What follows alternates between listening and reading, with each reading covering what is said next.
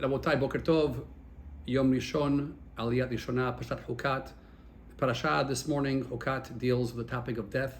Not only in the beginning, does discuss how to metaher, how to purify those who become tameh, but the parasha also deals with the tragic loss of two of our great leaders, of Miriam and Aharon.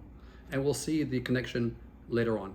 But in the first Aliyah, we're being given a commandment, what we call a chok, to take a para aduma, referred to as a red heifer, asher lo ala ol, that was never ever used in any purposes, asher en bamum, that has no blemishes, fully red, and it is brought to Elazar Kohen.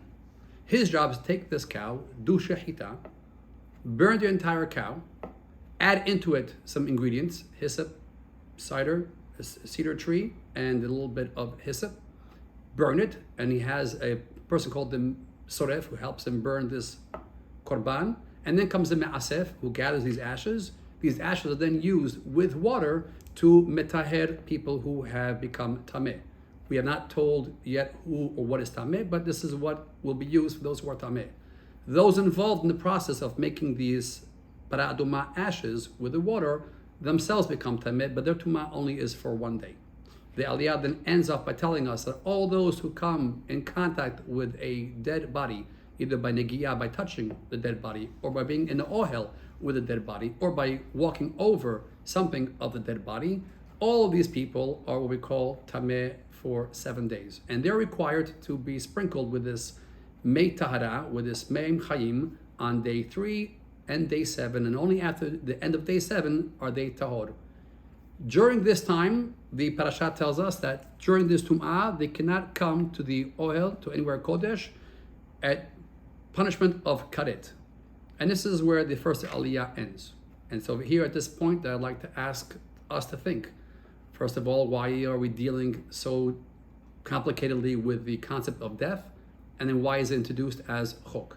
So Chazal, and I just want to give it some ideas so you can think of it yourself throughout the day, tell us that a chok is a more complicated mitzvah than a tzivui.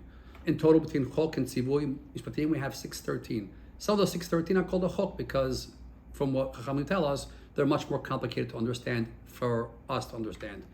Well, part of the chok does have to make some sense to us, and we can see from over here that what really is happening is that death is probably the most traumatic thing that we go through in life. That's probably our biggest fear. It's a fear that we can't get over because it is going to happen to every person in this world. And therefore the parasha tells us, listen, this idea of death is part of life. So this mayim that you're going to put upon those who came in contact with death will give you this mayim hayim. And what we're basically telling ourselves is that when we do go through tragedy like death, we have to go through a recovery. It may take us one day if you're associated somewhat with it, but if you're directly involved with tum'ah, with a dead body, it may take up to 7 days. And therefore we have what we will call today a post-traumatic stress disorder, where you're able to get over the death of a person either that you knew or came across and be able to deal with the tragedy of death, and you continue to live with life.